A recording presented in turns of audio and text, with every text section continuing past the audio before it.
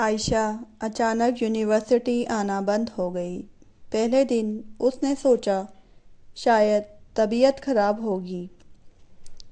دوسرے دن بھی وہ کالج نہیں آئی۔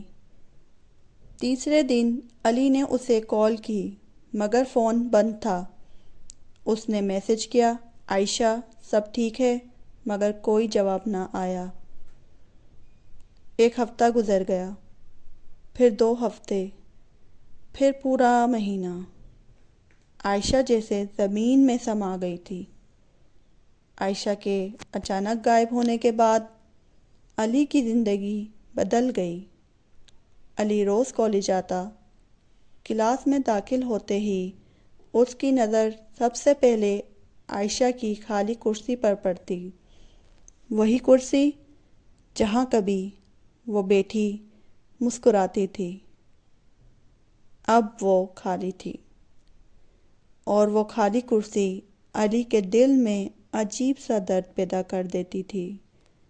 ایک دن علی اس جگہ گیا جہاں وہ دونوں اکثر بیٹھا کرتے تھے۔ وہی پرانا لون، وہی درخت، وہی بینچ۔ علی کافی دیر تک وہاں بیٹھا رہا۔ اسے لگتا تھا شاید اچانک عائشہ سامنے آ جائے گی اور کہے گی، اتنا اداس کیوں ہو؟ مگر ایسا کچھ نہ ہوا۔ وقت گزر گیا۔ علی نے عائشہ کے دوستوں سے پوچھا، اس کے گھر کا پتہ ڈھونڈنے کی کوشش کی، سوشل میڈیا پر تلاش کیا، مگر ہر طرف خاموشی تھی، جیسے عائشہ کبھی اس کی زندگی میں آئی ہی نہ ہو۔ ایک رات علی اپنے کمرے میں بیٹھا عائشہ کی پرانی تصاویر دیکھ رہا تھا۔ اچانک اس کی نظر اس تصویر پر پڑی جو سمندر والے ٹرپ میں لی گئی تھی۔ عائشہ سمندر کی طرف دیکھ رہی تھی اور اس کے چہرے پر عجیب سی اداسی تھی۔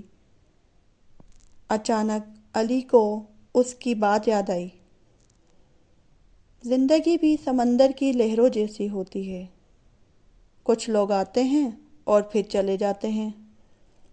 پہلی بار علی کو محسوس ہوا کہ شاید عائشہ اس وقت کچھ کہنا چاہتی تھی، کوئی ایسا راز جو وہ بتا نہ سکی۔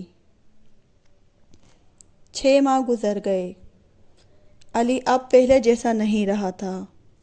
اس کی ہنسی ختم ہو چکی تھی۔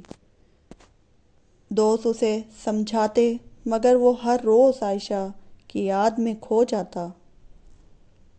ایک دن کالج ختم ہونے کے بعد ایک لڑکی اس کے پاس آئی۔ وہ عائشہ کی سب سے قریبی دوست زارا تھی۔ زارا کے ہاتھ میں ایک پرانا لفافہ تھا، اس کی آنکھیں بھی نم تھیں۔ علی، زارا نے دھیرے سے کہا، یہ خط عائشہ نے مجھے دیا تھا۔ علی کا دل زور سے دھڑکا۔ اس نے کہا تھا اگر میں کبھی واپس نہ آؤں تو یہ خط علی کو دے دینا۔ یہ سنتے ہی علی کے ہاتھ کانپنے لگے۔ اس نے فوراً لفافہ پکڑ لیا۔ اس کے دل میں ہزاروں سوال تھے۔ آخر عائشہ کہاں گئی؟ وہ واپس کیوں نہیں آئی؟ اور اس خط میں کیا لکھا تھا؟ علی جلدی سے کالج کے خالی لون میں گیا، وہی جگہ جہاں کبھی دونوں اکٹھے بیٹھتے تھے۔ کانپتے ہاتھوں سے اس نے لفافہ کھولا۔ اندر عائشہ کا خط تھا،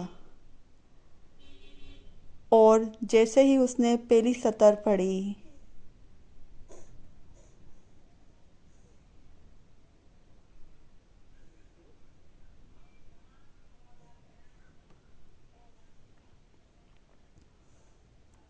کنٹینیو ہے۔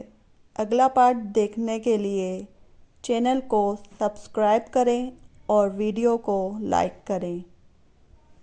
شکریہ۔